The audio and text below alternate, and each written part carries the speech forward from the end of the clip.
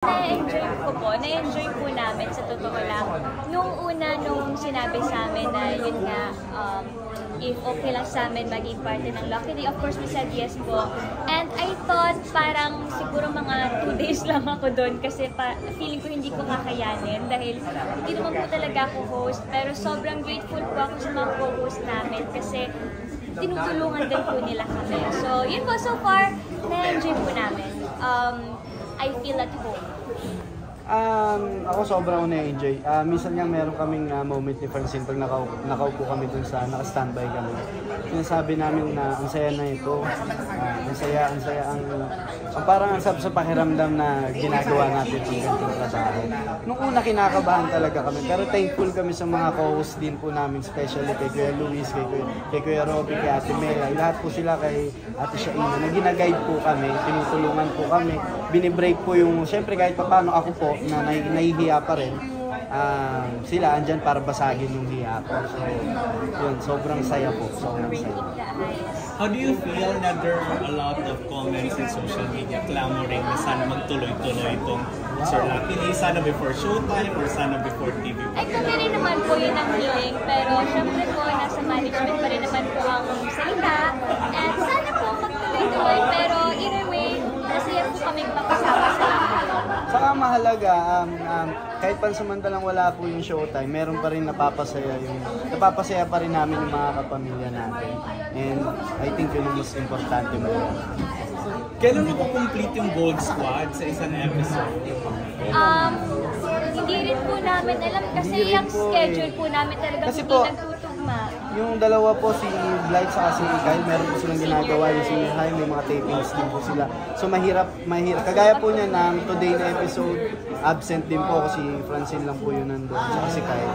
So, hindi po namin alam. Yun din kasi yung nilulook forward ng lahat. Diba na parang magbabalik yung Gold Squad.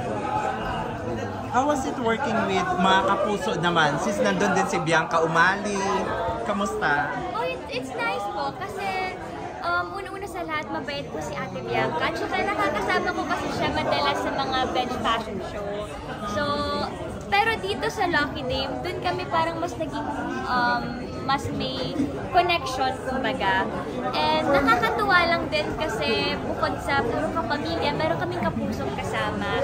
And since lumalabas din naman po tayo sa TV, it's really nice din na magkaroon ng friend from other network. Yun.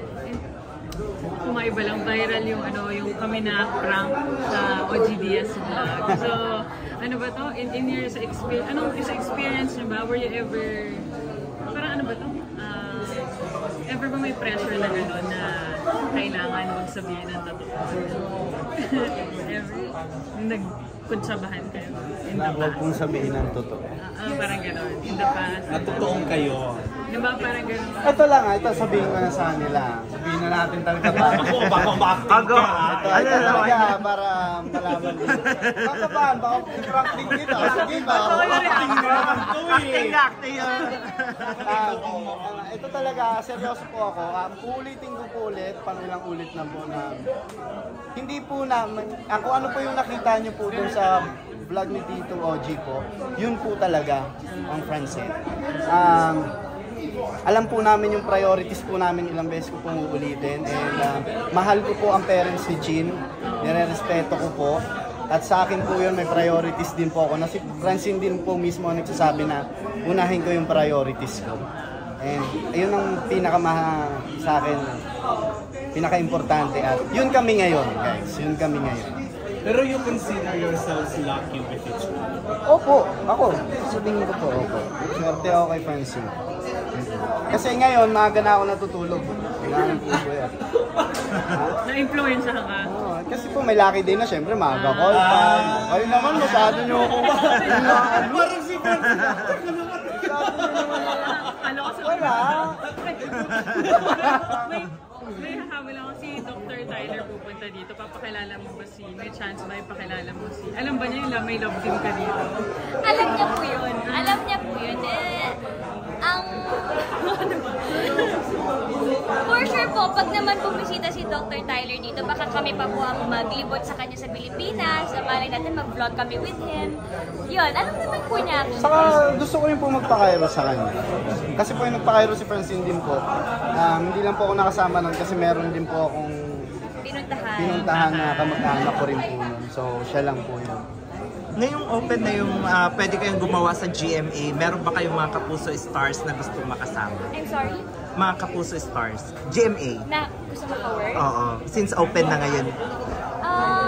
Yun nga po, yung sagot din po namin nung ball actually, siguro Mavlin. Kasi sila po yung madalas namin nakaka-encounter from a very good girl na premiere, tapos ano pa nga yung isa nun? Basta parang few times na rin po kami nagkakakita. So, sila pa lang yung nakikita namin and we'd love to work with them. Ako naman siguro sa mga senior actors po sila Sir Dingdong po.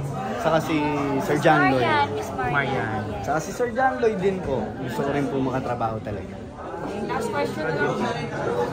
Okay. Anong tawag ito? Pero related lang sa Fractured. Nung nalaman ninyo na bakit hindi ma-center sa love team ninyo yung story, what was your or may suggestion pa kayo na sana naman i-push pa rin? Siguro po, merong right material or palabas na dapat namin talagang bigyan din yung kilig. Pero itong Fractured po talaga is parang hindi po siya talaga parang pag pinakilig namin parang nagkakaganyan na, may killer na, nagpapakilig pa rin kayo. So parang, so ano lang, sato lang. Balance lang. Pero hindi kayo natakot na yun na nga, parang like what we're seeing right now in social media, may demand Gusto nung audience, sana makita namin yung part.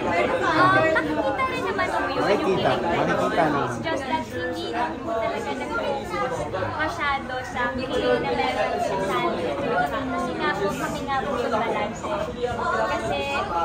Kasi nagpapatayo na tapos naglalagyan pa rin. So manang ang ano naman po minsan na gano'n.